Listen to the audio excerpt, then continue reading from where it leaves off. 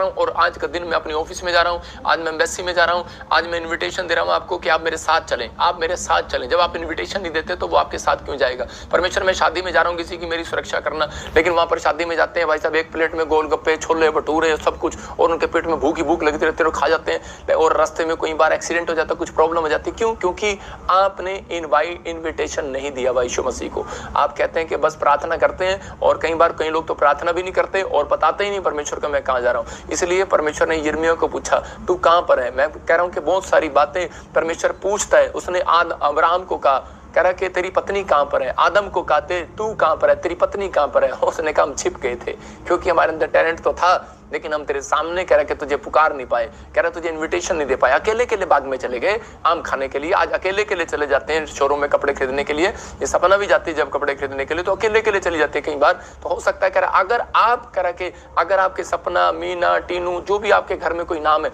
अगर आप में से कोई ऐसे करता है, तो मैं कह रहा हूँ इसीलिए आपका पैसा कई बार बर्बाद हो जाता है। आप जाते हैं और कपड़े पसंद नहीं आते घर आके, क्योंकि वो लाइट में चमकते और वहां कर चमकते नहीं है, वहां पर आपके रंग पर, आपके फेस पर अच्छा नहीं लगता। पैसे बर्बाद। शैतान रोज कोई ना कोई चाल चलता है आपको हराने के लिए, लेकिन आपको पुकारना है, हर काम में इनविटेशन देना है परमेश्वर को कि मेरे साथ चलो परमेश्वर। मैं कह रहा हूं अगर आप छोटी छोटी बातों में परमेश्वर को पुकारना स्टार्ट करेंगे, मैं कह रहा हूं लंबी चौड़ी प्रार्थना करने के लिए नहीं कह रहा हूं, मैं कह रहा हूं आप चल रहे हैं तो मैं से चलता हूं। कई बार मैं बोलता हूं परमेश्वर मैं इसी समय जा रहा हूं पवित्र आत्मा के घर पर, तो इसी समय मुझे आशीष देना, मैं आने जाने में मेरे सुरक्षा देना। पवित्र आत्मा हमारे साथ रहता है। कह रहा विश्वास में दृढ़ हो जाओ, कह रहा कि आपको विश्वास में दृढ़, यहाँ बाइबल बोलती है नीति वचन में भी 14 में भी एक जगह लिखा क्लियर, कह रहा कि विश्वास करने वालों से परमेश्वर प्रसन्न होता है। पवित्र आत्मा अपने लोगों को ब्लेस करता है। कह रहा जब आप विश्वास से काम नहीं करते तो वो ब्लेसिंग नहीं देता। प्रॉफिट की संगति करें। कह रहा जब आप अलीशा की नामान ने संगति किया तो परमेश्वर ने उसको उसी घड़ी चंगा कर दिया। अगर वो संगति ना करता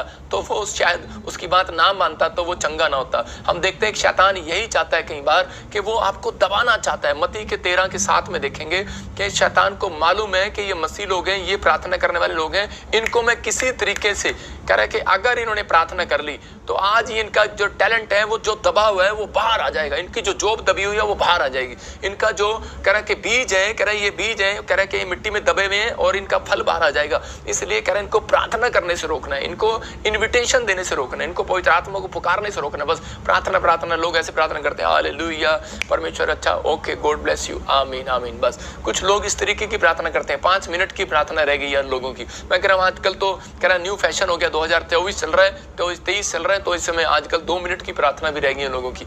लेकिन यहाँ पर लिखा करा कुछ बीज झाड़ियों में गिरे और झाड़ियों ने बढ़कर उन्हें दबा लिया। कह रहा इसका मतलब कह रहा कि वो बीज कर उस जानता है, कह रहा जानता है ये बीज जो है ये फल ला सकता है। कह रहा कि आप है वो बीज, आपको नहीं पता, पेड़ को नहीं पता होता कि वो कौन सा बीज है, आपको नहीं पता। कह रहा अभी आपको नहीं पता आप क्या बनने वाले हो, बस प्रार्थना करते रहो। मैं कह रहा इन्विटेशन देते रहो यीशु मसीह को, आप संगति करते रहो। कह रहा कि अनॉइंटिंग प्लेस की, अनॉइंटिंग चर्च की, आप इसी समय प्रॉफिट के साथ संगति करते रहो। एक दिन आएगा आपको परमेश्वर वो पेड़ बनाएगा, पूरी दुनिया आपके पेड़ से फल तोड़कर खाएगी। याद रखना आप है वो पेड़, याद रखना आप है वो पेड़, आप है वो। आप कुछ इतिहास करने, इतिहास को पढ़ने वाले नहीं, इतिहास को रचने वाले बनना है। आज से आपने आपको कहना कि परमेश्वर मैं इतिहास को रचने वाला बनूंगा। आपका कैरियर, टैलेंट, हुनर जो दबाया हुआ है शैतान ने, आज वो बाहर आएगा। वो चाहता है कह रहा है कि आपके टैलेंट, हुनर को कह रहा है झाड़ियों में कह रहा है गिरा हुआ है, और लेकिन वो उसको दबाना चाहता है, बाहर नहीं आना देना चाहता। अगर ये 4 पॉइंट आपने अपनी जिंदगी के अंदर रख लिए,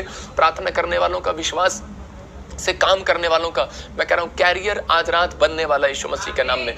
इसी समय अपने हाथों को उठाओ और बोलो कि मैं विश्वास करूंगा जो दबा है आज वो बाहर आएगा, जो मेरी आशीष दबी हुई है बाहर आएगी, जो मेरा बिजनेस दबा हुआ है बाहर आएगा, जो मेरा घर, मेरा लोन दबा हुआ है बाहर आएगा, जो मेरी किस्त रुकी हुई है वो बाहर आएगी। मैं कह रहा हूं कि आज जो भी आप मांग रहे हैं, बोलो मेरा मांगा हुआ बाहर आएगा।